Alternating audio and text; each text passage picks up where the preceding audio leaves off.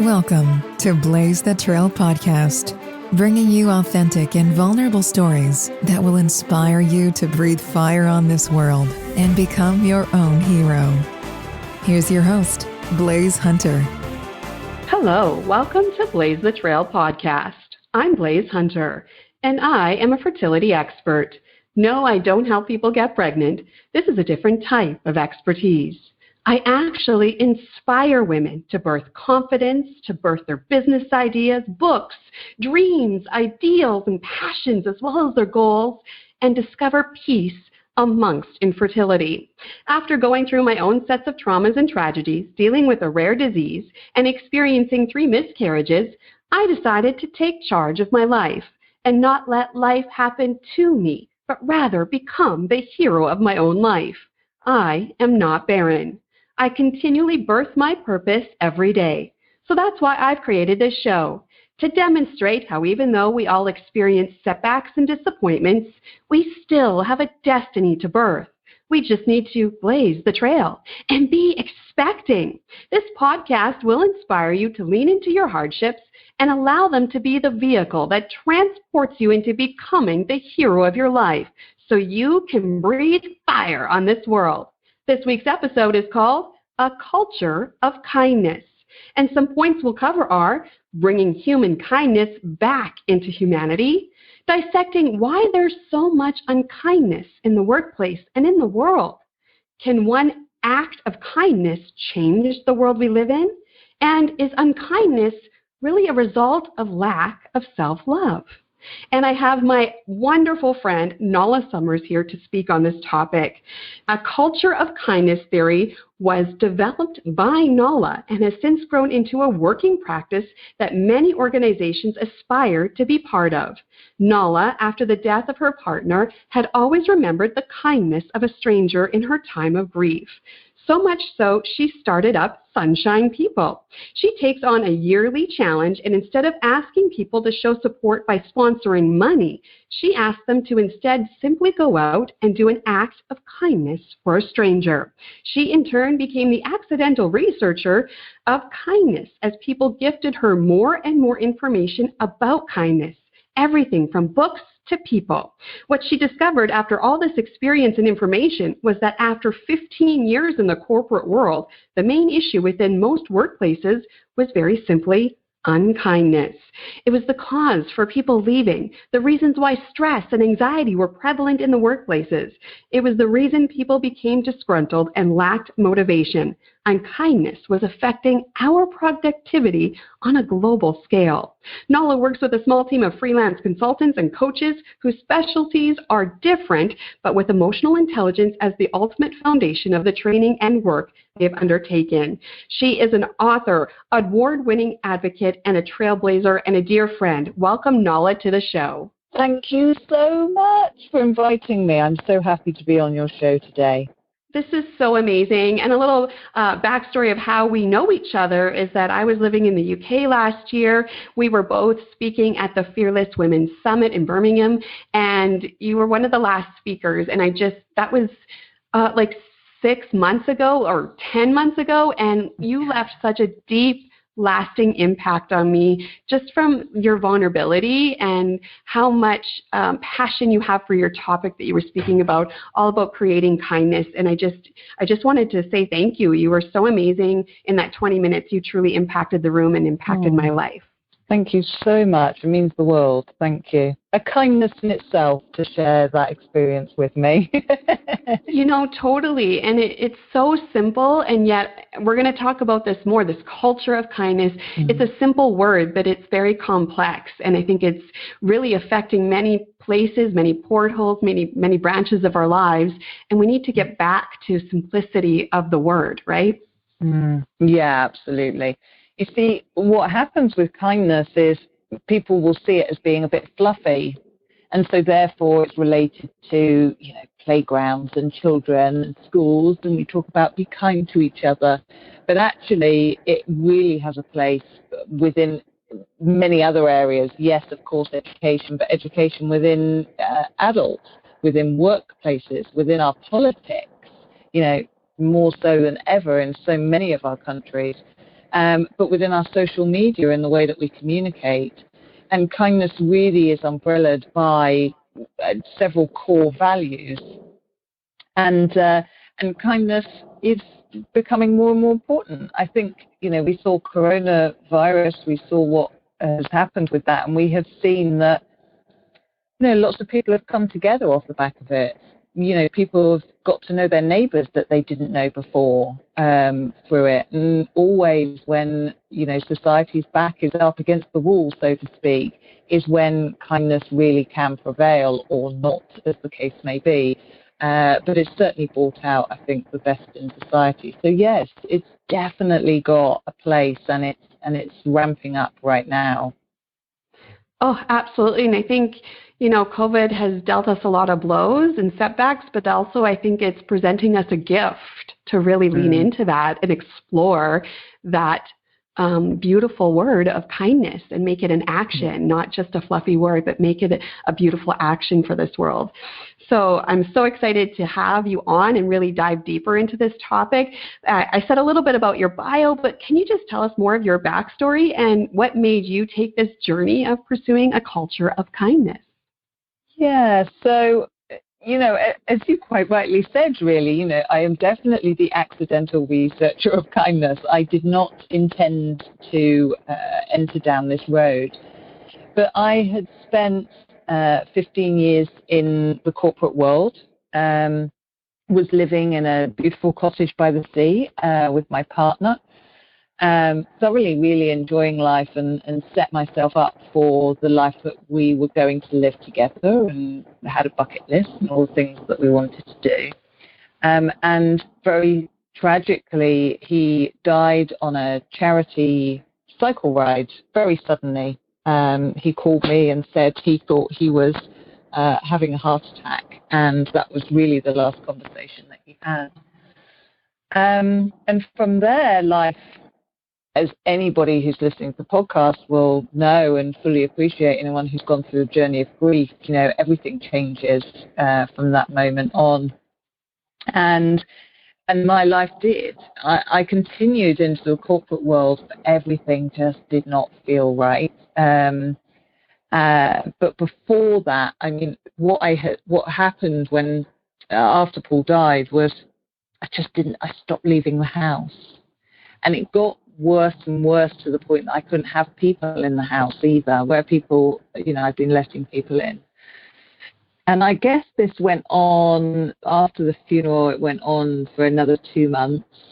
And on this one particular day, I don't know, I still can't tell anyone what possessed me, but I walked out the front door and I walked over to the beach, which had been incredibly hard for me to do, because that was where we, whiled away after a day at work, and we'd sit and chat about our day. And so it had been incredibly hard for me to do. And as I went out, there was a man on a horse doing a figure of 8 backwards. And it sounds pretty astonishing. It was, and I've never seen it again. But the sound sort of dampened, so I'd kind of crouched down, and the beach was really just where people would walk their dogs. Very, very quiet beach. And a man walked up, walking his dog, and he asked me if the horse was mine, and I said no. And at that time in my life, I had lost a considerable amount of weight. I did not look okay. I wasn't washing or eating or sleeping or doing any of those things. And he just started telling me this story about how horses had healing powers, how he had worked with them in America and what he had done, and just chit-chatting, really. But his chit-chat was really positive. It was just this story. And what happened was his phone rang, and he had to go, and he walked off. And in that moment, after he went, I felt physically lighter, like, where everything in my peripheral vision had been dark, I could see this glimmer of light.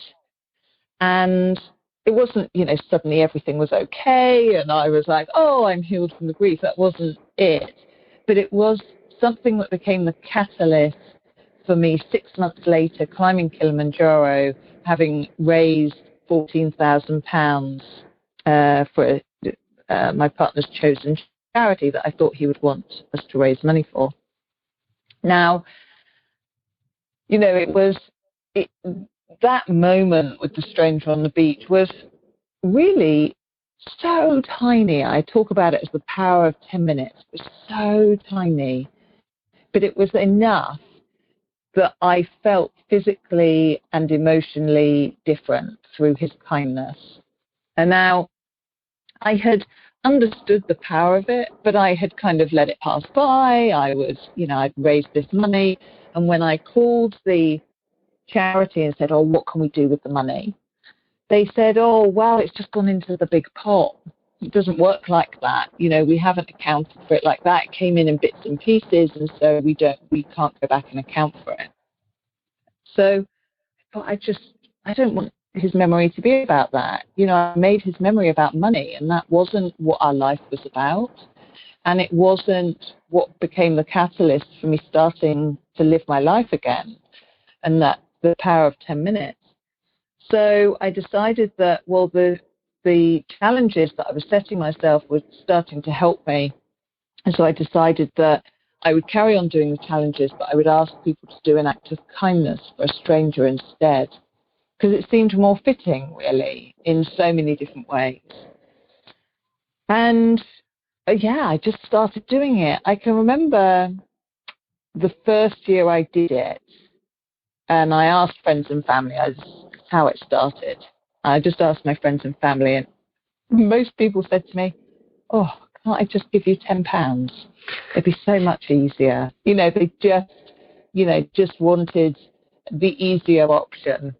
And I said, no, I want you to go out and do an act of kindness.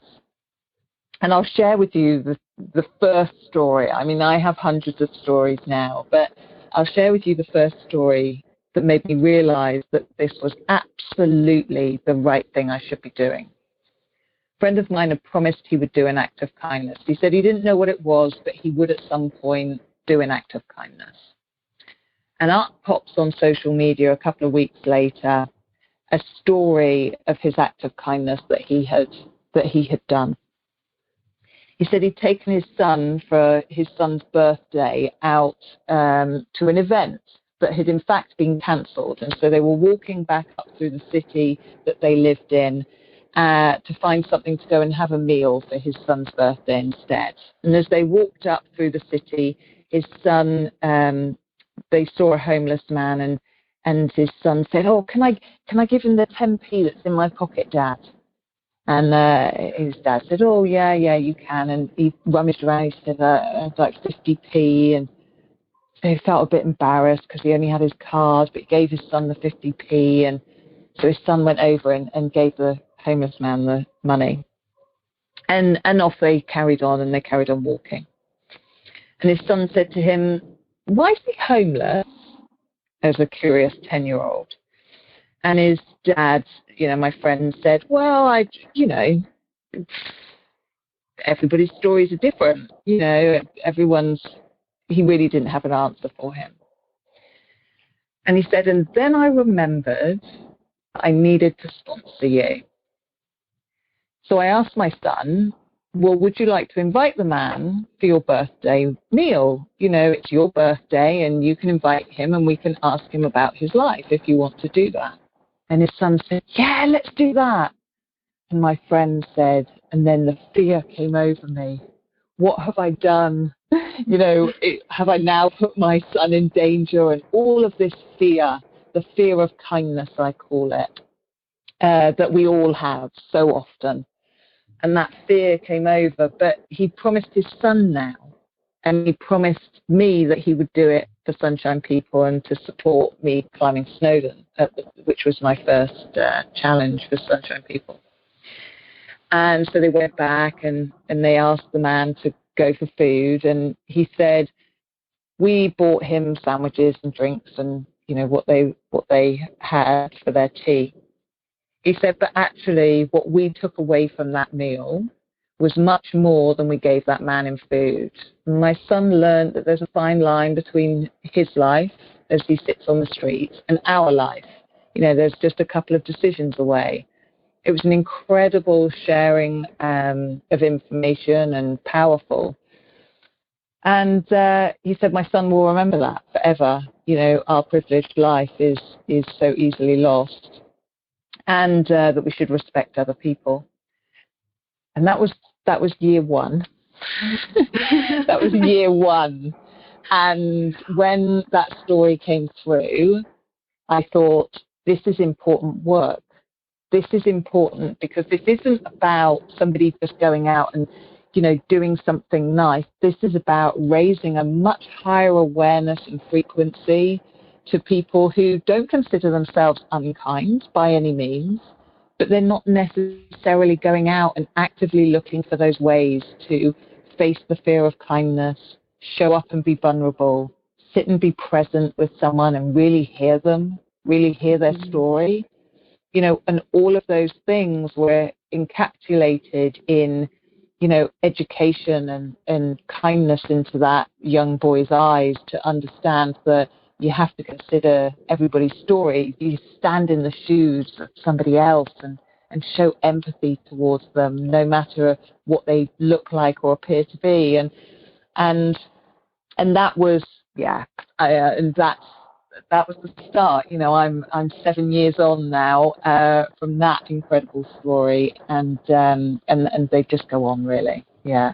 That's incredible. Thank you for sharing that, because that really, puts together that story of how one act really transformed your life, and now you are impacting the world in a positive way. And I think you hit the nail on the head. I don't think most people think that they're actually unkind, and we're probably not, but I don't know if we are conscious kindness, right? Yeah. I don't think we make that conscious effort every single day. I'm going to go be kind with a purpose and not for my benefit, just because I think it's a better thing to put out into the world rather than be disconnected. It's not like we're choosing unkindness, but I think we live in a world completely maybe more self-centered and disconnected. So it's not really about your fellow man and your fellow woman. It's about, what am I going to do today? How am I going to benefit, right?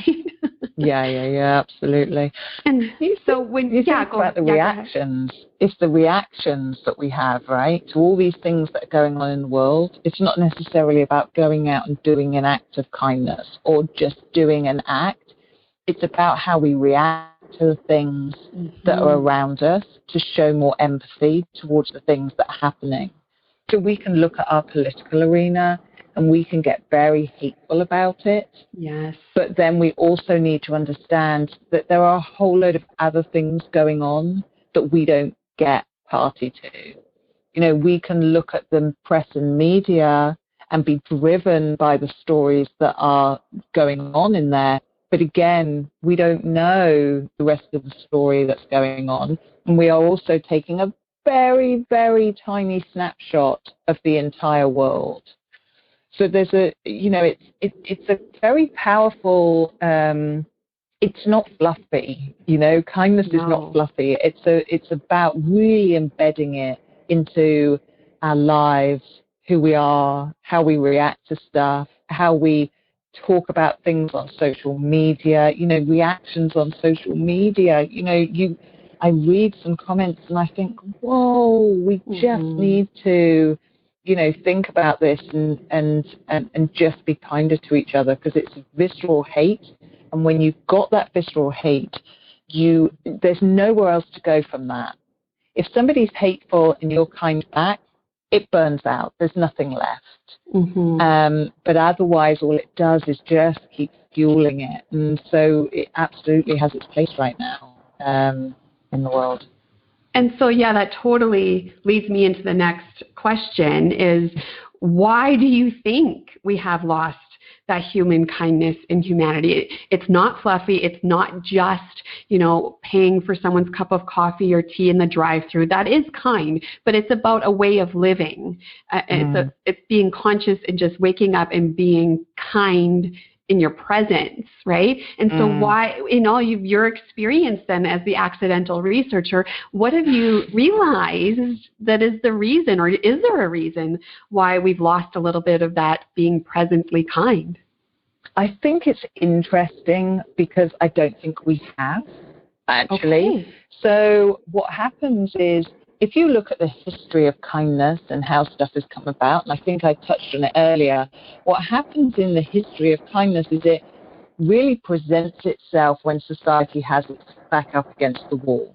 So in world wars, in pandemics, in any sort of kind of natural disasters, society comes together.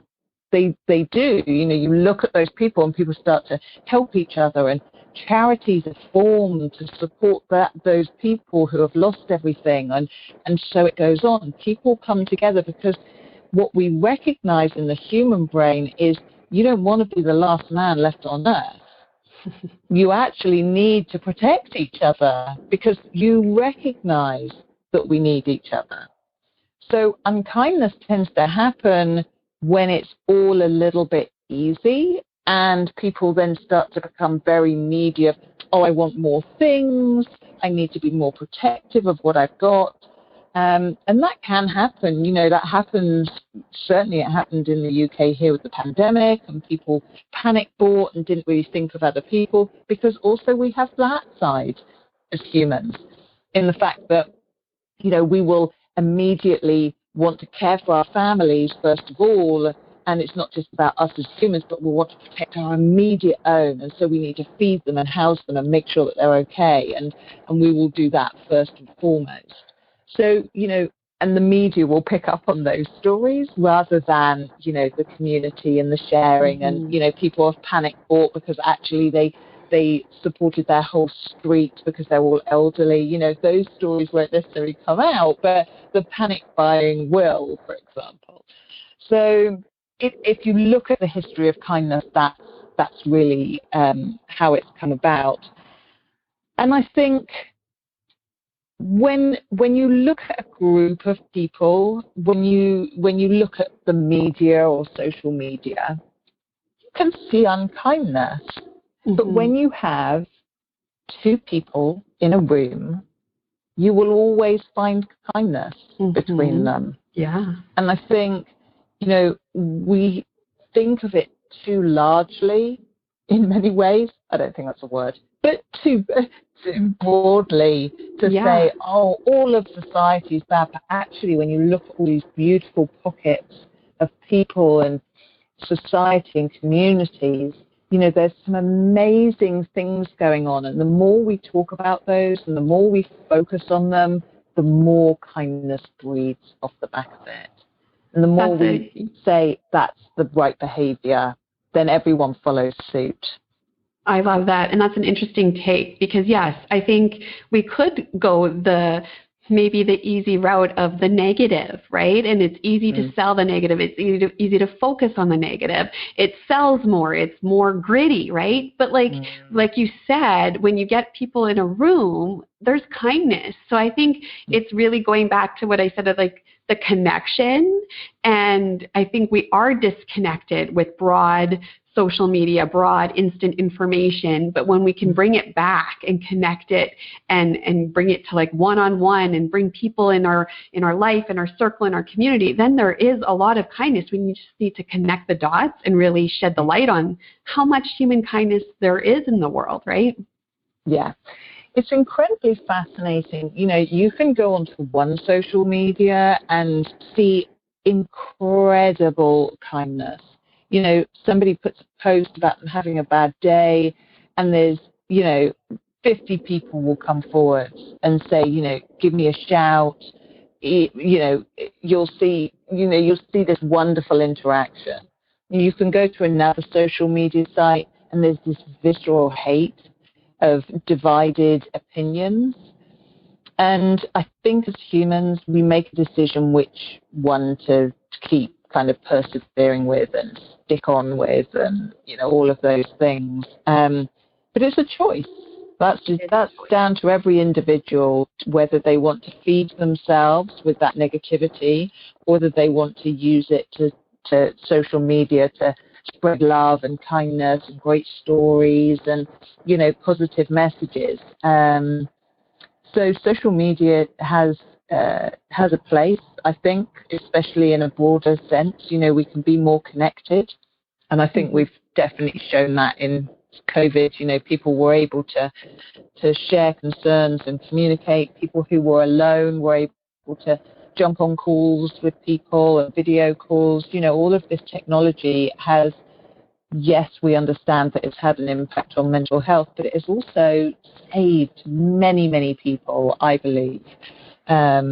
So yeah, we can look at the negative, but we also have to look at the positive sides of things as well. So. Yeah, and like you said, it is a choice. And I think a lot of the times, because you had said, we react maybe in unkindness. We're not consciously thinking of being unkind, but we have reactions. And I think we need to get back to that center of we have choices, but just take a moment to really consciously decide how this is going to come off, how this is going to play out.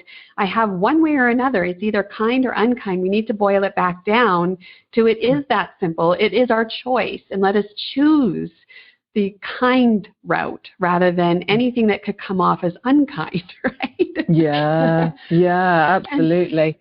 And so then, your whole book is really geared and you've really broadened it beyond the workplace. But this is an interesting point. Let's talk about the kindness level in the workplace, because like you said in your bio there, what you notice is that that's the driving force for people being unhappy and unproductive is that they don't feel the kindness factor. And maybe let's talk about that a little bit. How did you come about discovering all of that? It was really because I started to reflect on the issues. I started to talk to people, and through all my research, it was this kind of moment that I was like, this is an issue. This is a major issue. People are stressed and anxious, and the reasons why they are tend to fall under a value that's missing the umbrellas under kindness. So, if you were to umbrella, I kind of categorize it under 7 core values, which is gratitude, empathy, time, integrity, courage, connection. All of those things about being present with someone, having the courage to be kind and speak the truth. Kindness is not about saying, oh yes, to everything, because, well, I don't want to upset them. Absolutely not. It's about speaking the truth and saying, things aren't working out, are they? You're not really very happy. Is it because you don't enjoy this sort of work? Well, yeah, I don't enjoy this sort of work. Because they feel safe enough to be able to say it, and safety is a huge thing within workplaces. I can talk about that separately. But it's about that honesty, and so then they have a conversation. They go, oh, okay, so actually you never really wanted to be an accountant. You wanted to do marketing. Why don't you try the marketing department? We have an intern showing up, or we don't have that, but let's try and get you into something to support you into another organization. Those conversations aren't happening within workplaces. What's happening is this person isn't working out. I'm just going to whisper behind my hand and say that. And then we're just going to shove them out the back door. Now, I didn't have that, fortunately, but I have seen within organizations, oh, so Bob's not here anymore. No, Bob's left. He's on garden leave. It's not the way that we should behave, because what that immediately puts people under is this fear. And that fear then causes the stress and anxiety. Now, that's one example within a workplace, and I could cite 100, that when you really drill down, it drills down to unkindness. Mm-hmm. So, when I speak to people about it, there will be the lack of gratitude. And it doesn't mean that they didn't get a thank you at some point. It means that the person really didn't understand, the leader didn't understand who their employee was. So I'll give you a really great example of gratitude working at its best and how simple it is.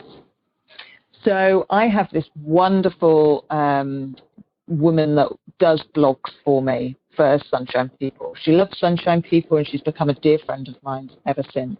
And she called me up, and I had supported her in getting her new role doing bid writing. So it was slightly different to what she'd done before, because she'd been kind of a blog writer before. She was now doing bid writing. So she called me up. She was so happy. She'd won her first bid. The first bid she'd written, she'd won. And I said I had no doubt it was going to be amazing. She said, but you know, I'm going to be working for them. I'm definitely going to work for them for the next couple of years without question. And I said, oh, okay. And she said, you know, and the reason why is because she said, when I first started, my line manager was just asking me about me. You know, and she said, oh, you know, I don't eat chocolate and I'm vegan. And her boss was obviously asking, oh, what do you like as a treat then? Oh, I really like apples. Oh, right. And she said, I particularly like Pink Lady apples. Just, you know, that's her particular apple. Mm-hmm. Anyway, and so they were having this whole conversation.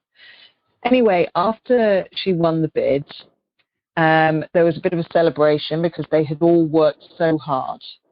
And her line manager bought in a box of chocolates for everyone to share in the office, and biscuits and these treats. And what happened was my friend went off from her desk, and when she came back to her desk, there was a Pink Lady shiny apple sat in the middle of her desk.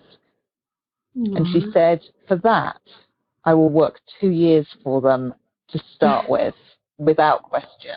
Mm-hmm. Because it wasn't gratitude in the thank yous that she heard. It was that somebody had listened to her, heard her, given her time, and then in the most simplest of gestures, shown gratitude. Yes. You know, they think that it has to be big. But what all people want to be is seen and heard for who they are. We are missing that in the workplace because we've become so busy being busy that what happens is we get into this circle of unproductiveness that keeps going around. Yes. Oh, we've got to get on to the next thing. And then the people in our team are leaving because we're not focusing on them. We're not being kind, and therefore we're getting busier, and then we're bringing someone out and we're trying to train them. But corporations are losing huge money because they're retraining, rehiring, redoing this, stress and anxiety. And what corporations are doing as tick box exercises is bringing in mental health first aiders in the hope that, oh, well, we've done what we need to do.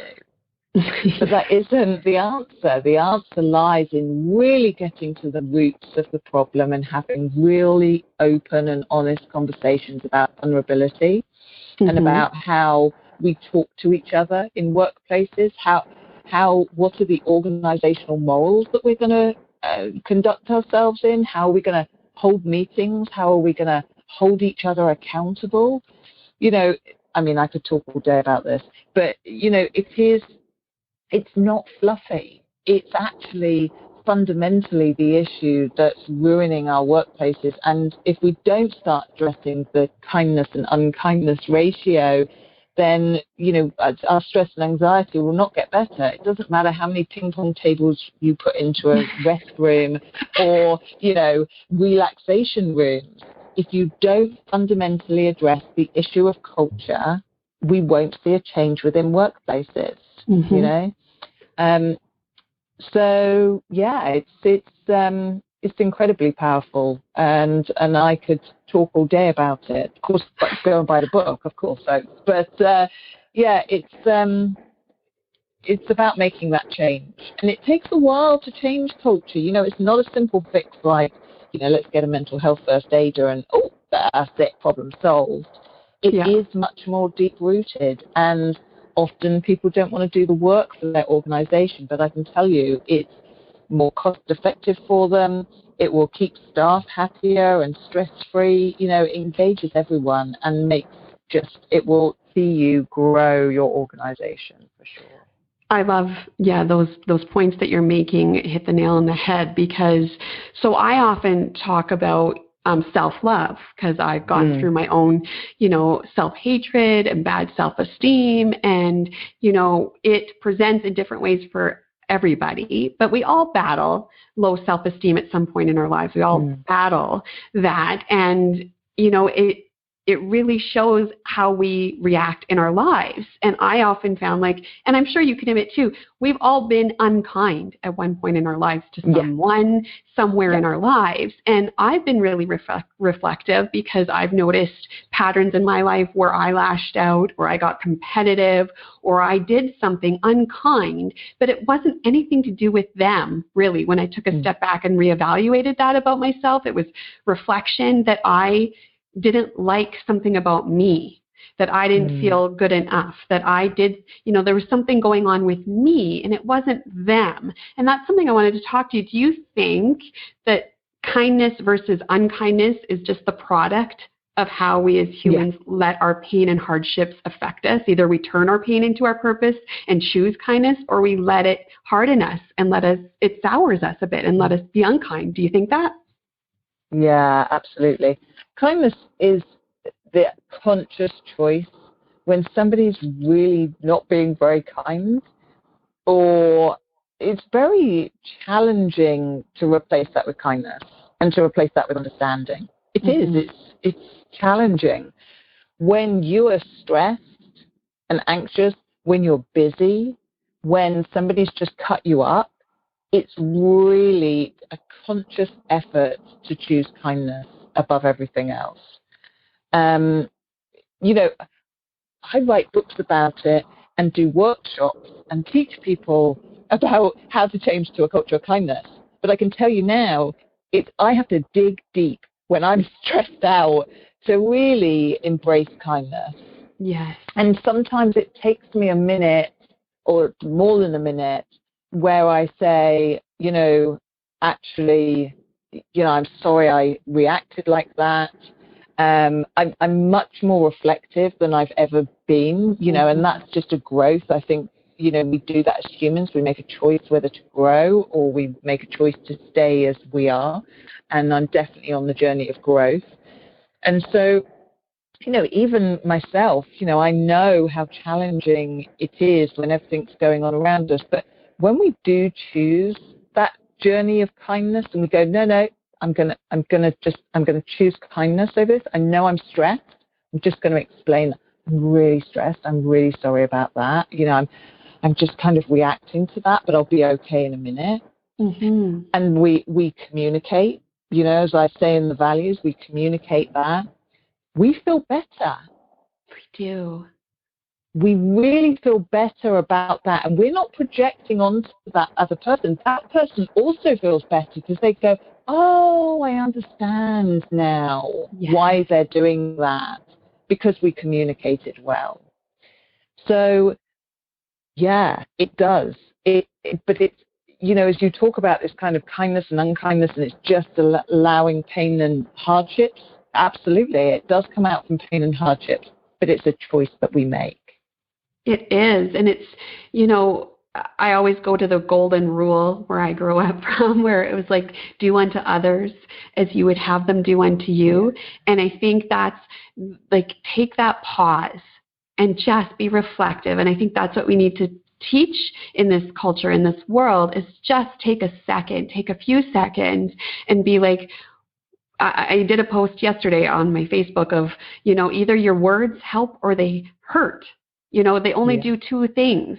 And so take that moment and be like, if I was in the other person's shoes, would I like the words being said to me the way I'm going to say it right now? And just take that minute, and you'll be surprised of how the connection and empathy can derive from that pause, right? Yeah, absolutely.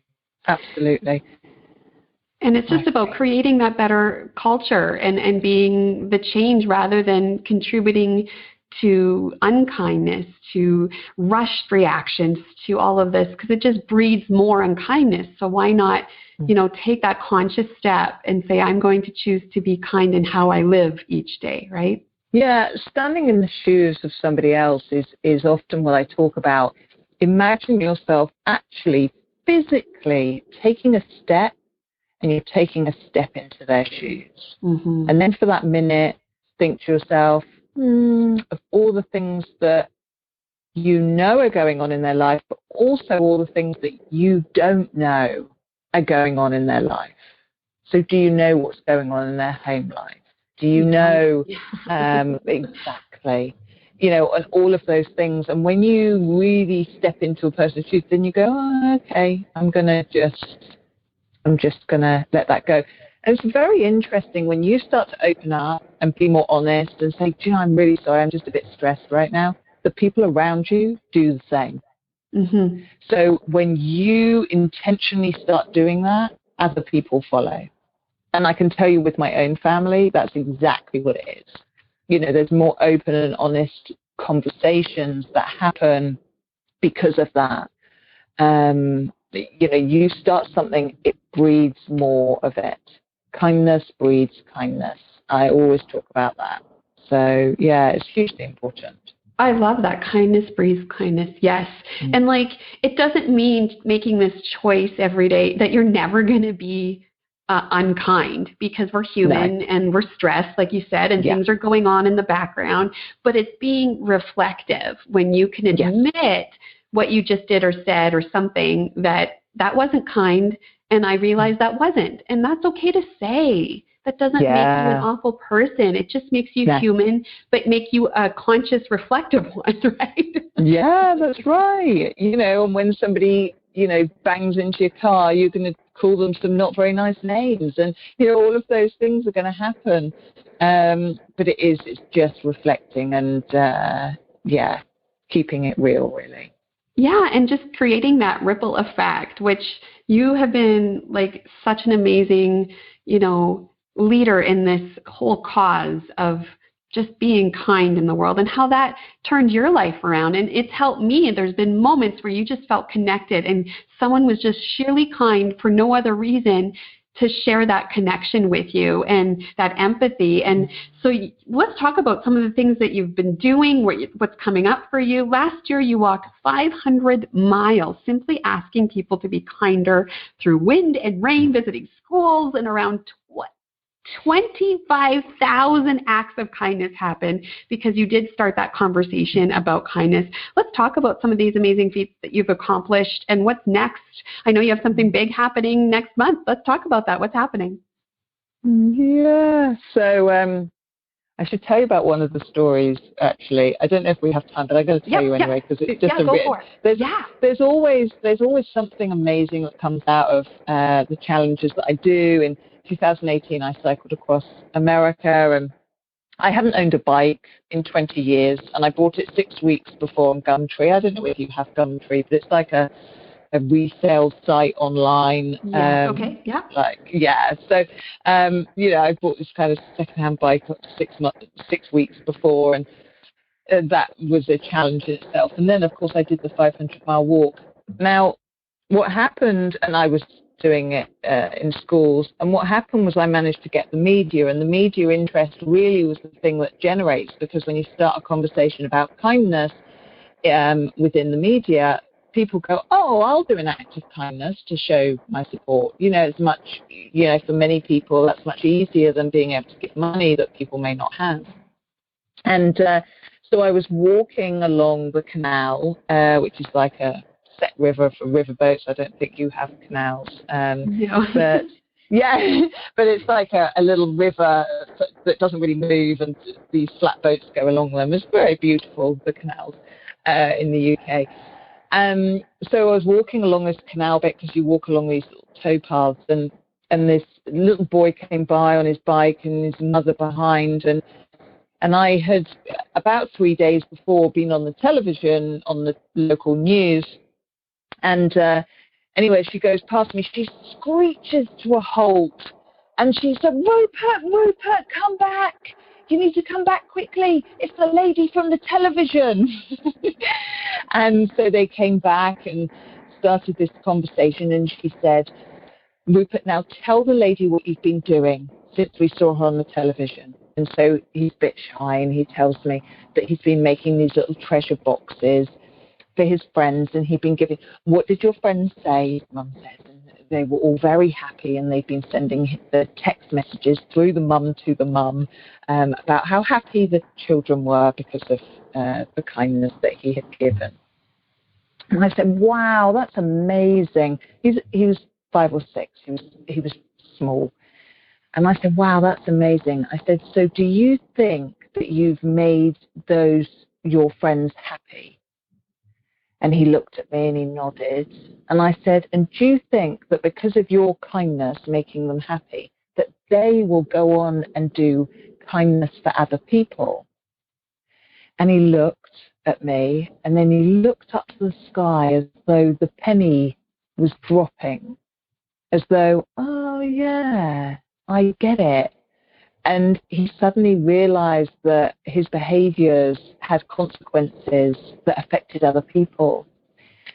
And I always share that story because for me it was one of the most powerful things that happened that year. I mean, wonderful stories, incredible stories happened that year, but that one was most powerful because it kind of just breeds on and breeds on and breeds on. So yeah, I went and talked to various different schools, and the impact was powerful because I talk about the power of 10 minutes and the stranger on the beach, and it's a powerful story.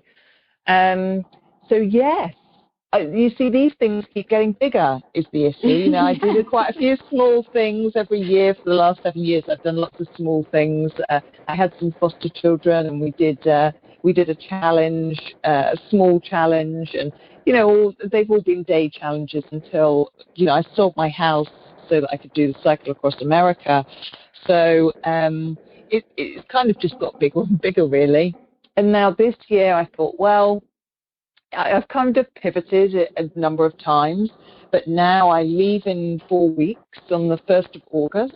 And, it's 1st of August 2020 for anyone listening to this not in 2020. And, 1st of August, and I will be cycling through every city in the UK and Ireland, 5,000 miles, on an elliptigo bike, which is basically a stand-up bike with no seat. And I can share a little secret that isn't meant to be shared until a few more weeks, but I'm going to share it with you as an exclusive. Oh. We will actually be spelling out the word kindness through my route, written across England. Wow. As I come back down, yes. So I will go through every city. I have various different social movements that I'm supporting along the way. So the free listening movement, Urban Confessional, Just One Bag, which is picking up litter. The Chris Packet Project, this incredible woman, just a ray of light. She makes these Chris Packet kind of bivy bags and sleeping bags for people who are homeless. So I'm off there on Friday to go and make some with her so that I can give them out into one of the cities.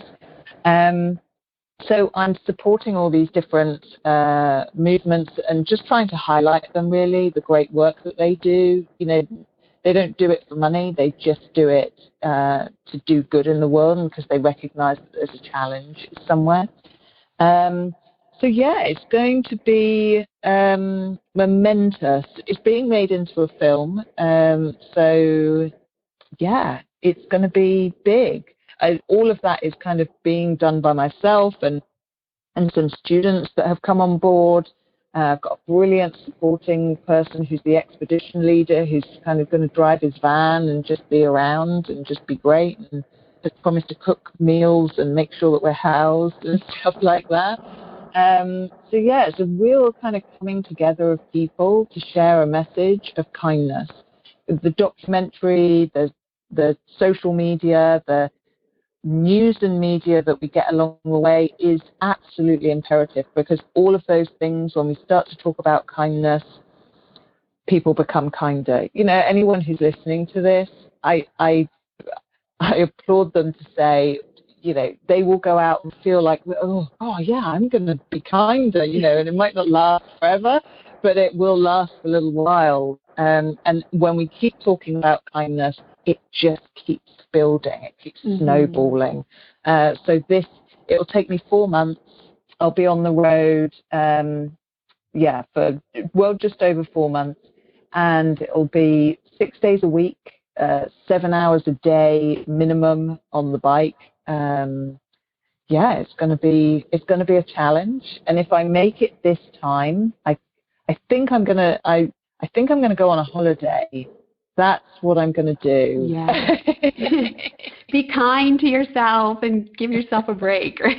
Yeah, that's right. Although I'd be on holiday and I wouldn't know what to do with myself. So, it's, because there are lots of other little side things I've got going on. We've got the Kindness Awards, which will be the first year it's run this March. So we've got nominations going out at the moment, and that will run every year. That was being set up in memory of my partner, Paul. Yeah, it's wow. So that's really exciting. Yeah, it's so people can go on to thekindawards.com, www.thekindawards.com, and seek us out there. And I run a speakers program, so I get speakers on a stage and we video them and make those talks available for schools to inspire young people in different areas of life. So that came off the back of me doing the 500-mile walk, and and then obviously every year I have these challenges, but and then I'm in the process of writing the third book, which will be called The Accidental Adventurer. People keep asking me to write about the adventures, and so I'm finally going to write about all the different challenges, the stories that came out of it, and all of that great stuff. And it's well into production now. And then the last bit will be about the Elliptico trip, and you'll get a kind of a great diary of stories and things that come out of it. So it doesn't stop.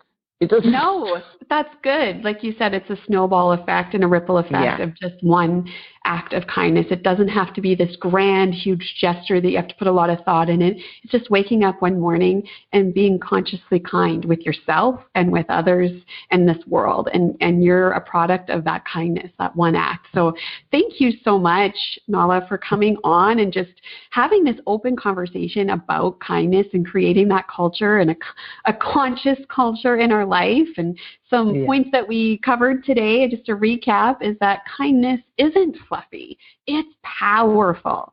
And how can we be consciously kind in this world? And it can be done. We just need to choose it. Gratitude, empathy, courage, connection, and being present are key.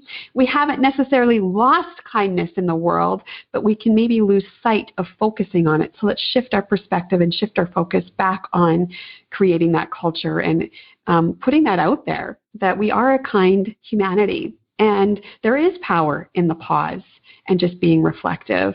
And it's just a ripple effect of one act of kindness can do for our lives. So thank you so much, Nahla, for coming on. If people want to follow your journey that you're going on in the next few weeks and help create this voice of kindness, where can they go? Yeah, they can just go to www.sunshinepeople.org.uk. The aim this year, it was go big or go home. We've gone for 1 million acts of kindness we're aiming for this year. So I'm really kind of pushing it. And also they'll be able to go on and they'll be able to live track me over the 4 months to find out exactly where I am, which is great. I got donated a spot tracker to use, which is amazing. They can come and follow me there. Oh, wonderful. Thank you so much. If you want to learn more about Nahla, you can go to her website or you can head to my website, blaisehunter.com. All past episodes of my podcast are on my website there. And as part of being kind today, I want to offer a gift for my listeners. So go to blaisehunter.com, go to the free offers tab.